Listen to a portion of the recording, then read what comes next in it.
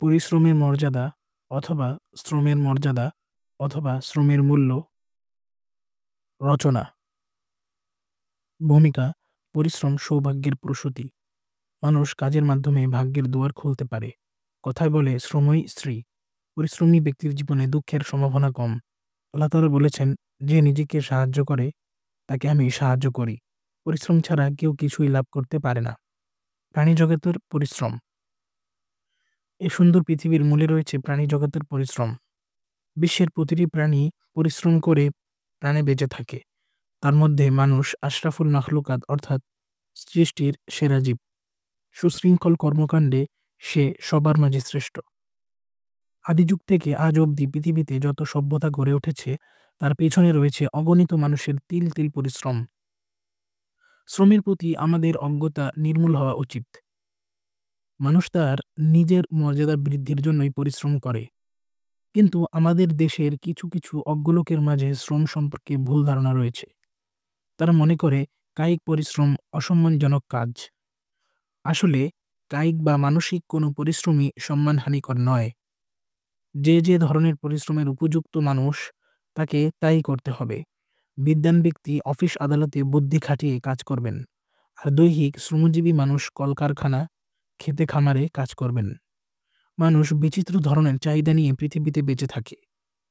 শস্য উৎপাদনের জন্য কৃষক সবচেয়ে অভিজ্ঞ মানুষ, আবার সার ও সেচ পরিকল্পনার জন্য এ বিষয়ে বিশেষজ্ঞ প্রয়োজন।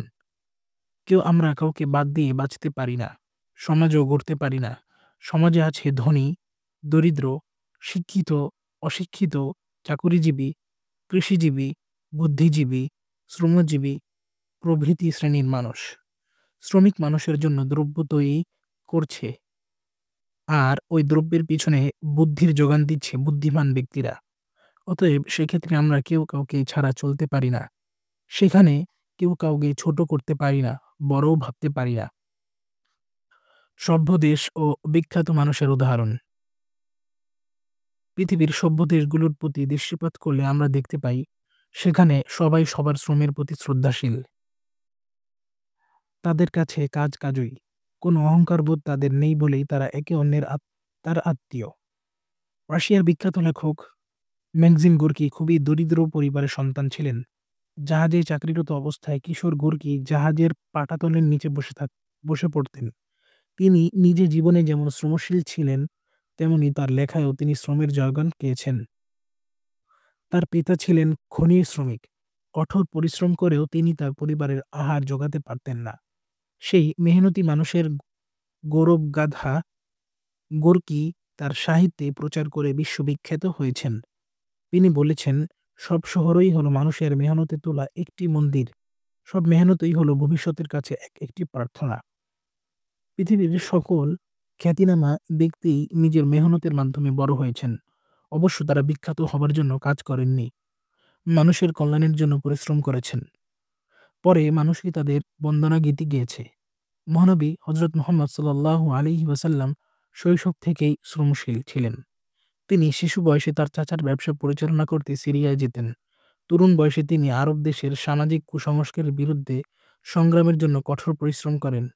পরে তিনি শারীরিক, মানসিক ও আধ্যাত্মিক শ্রমের মাধ্যমে জগতে ইসলাম ধর্ম প্রতিষ্ঠা করতে গিয়েছেন।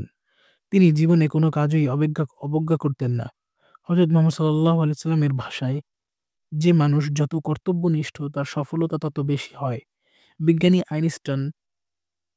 বিজ্ঞানী আইনস্টাইন, আব্রাহাম লিঙ্কন, মহামতি বুদ্ধ, শ্রী চৈতন্য, সমাজ সংস্কারক ঈশ্বরচন্দ্র বিদ্যাসাগর জীবনে নিরলস পরিশ্রম করে মানুষের জীবনে কল্যাণ এনে দিয়েছেন। শ্রমবিমুখ মানুষের উদাহরণ। সমাজ সংস্কারক সৈয়দ ইসমাইল হোসেন সিরাজি বলেছেন, যে জলস্রোত গতিহীন হয় তা হাজিয়া মাজিয়া পচিয়া দুর্গন্ধ হইয়া যায়। শ্রমের বিষয়ে এই প্রতীকী বাক্যটি আমরা গ্রহণ করতে পারি। মানুষ ব্যক্তিজীবন ও জাতীয় জীবনে শ্রমবিমুখ হলে তার পতন অনিবার্য। এ ধরনের অলসতা ও অজ্ঞানতার কারণে বহু রাজার স্বাভাবিক পতন হয়েছে। শ্রমবিমুখ অথচ ধনবান ছিলেন জামশেদ, বাহরাম, হিন্দু, নৃপতি, অগ্নিবর্ণ। এদের নাম আজ অধপতিত মানুষের সঙ্গে উল্লেখ করা হয়। প্রতিভা প্রতিভা বা ধন মানুষকে প্রতিষ্ঠা দিতে পারে না। প্রতিষ্ঠা দিতে পারে পরিশ্রম। নিরলস পরিশ্রমী ছিলেন বলেই রবীন্দ্রনাথ ধন ও প্রতিভাকে কাজে লাগিয়ে বিশ্ববিখ্যাত হতে পেরেছিলেন। উপসংহার: আমাদের দেশ জনসংখ্যা সমস্যার দেশ। এখানে নারী-পুরুষ নির্বিশেষে সাধ্য অনুযায়ী পরিশ্রম না করলে অদূর ভবিষ্যতে অগণিত সমস্যার সৃষ্টি হবে। সেজন্যে আমাদেরকে একযোগে নানা সংগঠন ও পরিকল্পনার মাধ্যমে সুষ্ঠুভাবে শ্রমের মাধ্যমে জীবনকে এগিয়ে নিয়ে যেতে হবে। তাহলে জাতীয় জীবনে অন্যান্য অস্তিত্ব নিয়ে আমরা আবার নতুন করে জেগে উঠতে পারব। কেননা আমাদের অর্থনৈতিক দুর্গতি দূর করার একমাত্র উপায় হলো কঠোর পরিশ্রম করা। পরিশ্রমের যথার্থ মর্যাদা বা সম্মানজনক উপার্জন পেলে মানুষ কাজ করতে ভালোবাসে। সেজন্য প্রয়োজন কাজ ও কাজের যথার্থ মূল্যায়ন।